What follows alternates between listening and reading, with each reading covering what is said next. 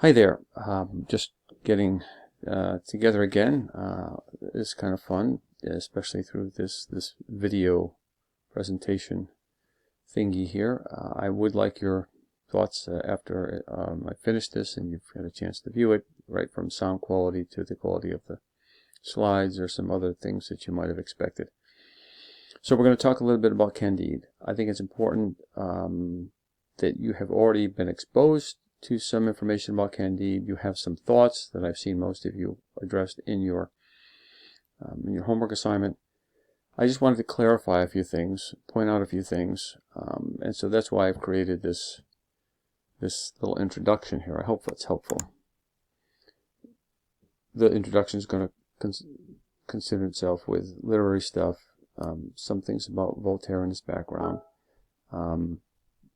some of his targets, and the fact that he wrote this book in 3 days. I don't think he ever intended it to have the influence that it's had over the ages, which is one of the fun things about literature. You just don't know when you create it what kind of impact it's going to have. It is one of the most influential books ever written. It is satire. Satire, I'm sure you're all well aware of satire. You all use it on each other. It's got the ironic element. And what makes it special in this sense that we're studying it is that it has a point. People use satire for a reason. Voltaire used satire for a reason. Part of it was that he could not be accused of certain things for certain because of the indirect criticism that satire allows him to engage in. That's really important.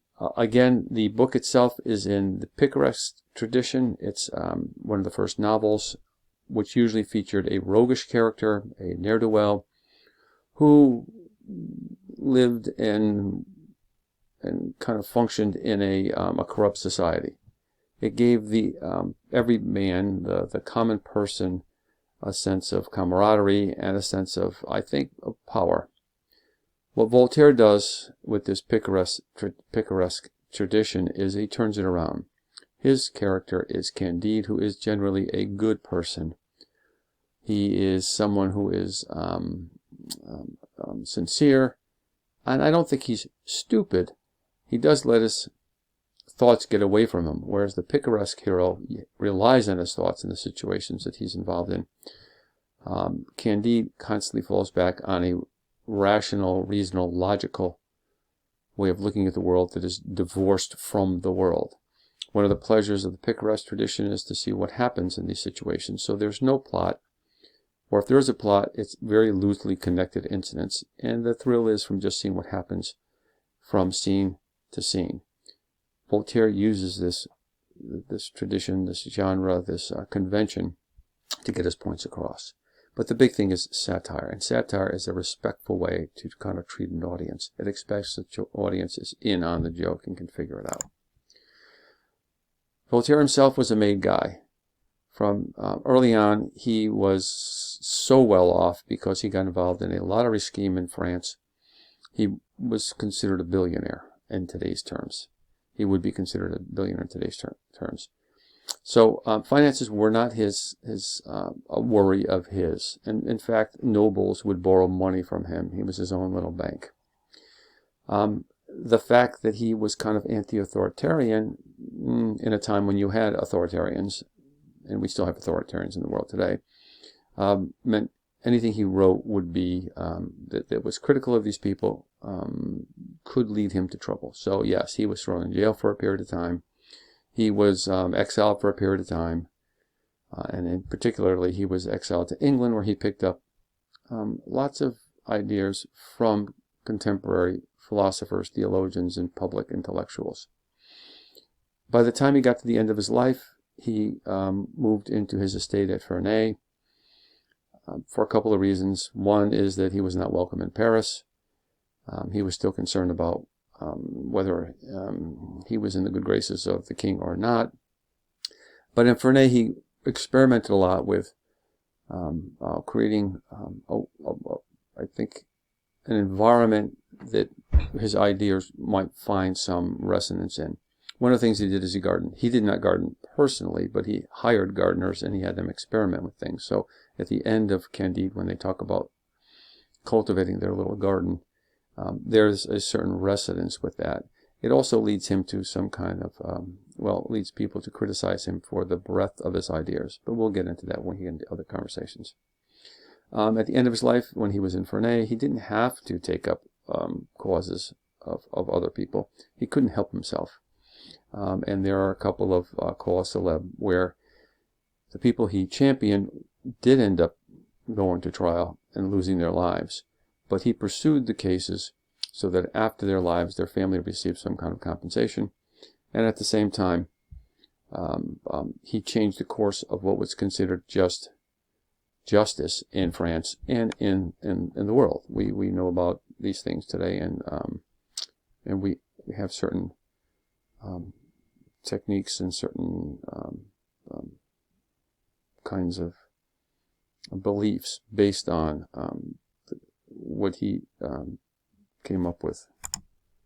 All right, Leibniz, the guy that Voltaire takes issue with, was a good guy. Matter of fact, he was, along with Newton, the discoverer of calculus. This kind of happened simultaneously. Leibniz working on his own and Newton working on his own.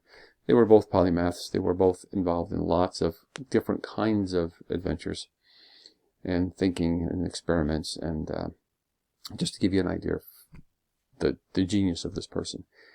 His idea of philosophical optimism is not simply optimistic. We don't, like, so-and-so's an optimist. I'm an optimist. I have an optimistic kind of viewpoint in life. This is a layman's term.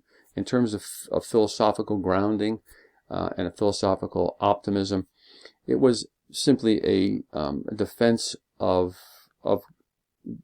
God. God is good. Because God is good, what happens in the world is good. If something unusual happens, it must happen because it has a reason. I think a lot of people operate on the same premise today. Voltaire had a problem with this because this particular philosophy allowed people engaged in bad behavior, most of them the people in power, to get away with things. It was a justification for what they were doing. And you see this throughout the book. So the book really is about criticizing the use of power. So that's something that we will talk about too, and I hope that's something you kind of focus on and explore. Of course, he had other targets, and there are people who who took on and espoused this philosophical optimism. Rousseau, as you saw in the letter, started more in Voltaire's camp, more of an empiricist, more of an Enlightenment thinker in that sense. And Enlightenment thinking is optimistic thinking too. These are just gradations of thought, and they disagreed on this. But I think Voltaire saw an opportunity here to make a point about the Enlightenment, about logic, and about reason, and how sometimes it can be used not for the purposes of enlightenment, but for the purposes of obscuring and covering up abuse. Some little tidbits. He wrote the book in 3 days. When he wrote a book, he dictated. He had secretaries at his employ, and he just literally laid in bed, and he dictated the story. He did it in 3 days. He wrote tens of thousands of letters this way. He was a social media phenom akin to someone like a Joe Rogan. Leibniz was also a kind of a social media guy at his time, but essentially he limited his correspondence and his publications to people in his intellectual sphere, where Voltaire wrote more for a popular audience. Okay, some things to consider as you read. What and who is Voltaire setting up for criticism? For instance, is he upset with Candide for adopting philosophical optimism, or is he using Candide? I'm of the mind that if a reader gets stuck on Candide and focuses on Candide's naive behavior and outlook, maybe the reader's missing the point. Let's try, as with all satire, to get below the surface, to get behind the appearances to what the author is really saying. Again, why choose satire to convey his message? Again, this may or might have to do with his targets. Note, I recommend keeping a list of characters and character types that he targets and how he makes his point and how the subtlety of that point may end up protecting him from some kind of repercussions. When you encounter nonsense words, there's no need for digging any deeper. This trend for names begins in Chapter 1 with the Baron Thunder Ten Trunk. If he's using a nonsense word, he's using a nonsense word to show out, to kind of show that he is holding this person up for some kind of ridicule. If you encounter nonsensical behavior, it's the same. He's not trying to fool you or make things difficult. He wants you to use your better judgment to figure things out, to get below the surface, to dig a little deeper, and to get to the heart of what he's trying to say. This is a form of respect for the reader. He figures you're going to get it. He's not giving you obvious kinds of information. And I'm hoping that's what a lot of our discussions will be about. So pay attention to that. Overall, I hope that when you read the book, you kind of enjoy it. This is a golden era of satire in our own media with people like Colbert, and you've got Jimmy Kimmel, Jimmy Fallon, and you also have people like P.J. O'Rourke. I don't expect you to know that name, but maybe you can look that up and see what he has to say about things. So I hope this is helpful. Send me any criticisms you have. I'm sure I stumbled through a couple of parts. I will be sending you some information about your Harkness discussions and what I hope you accomplish in those first discussions. So again, I hope you're well, and thanks very much.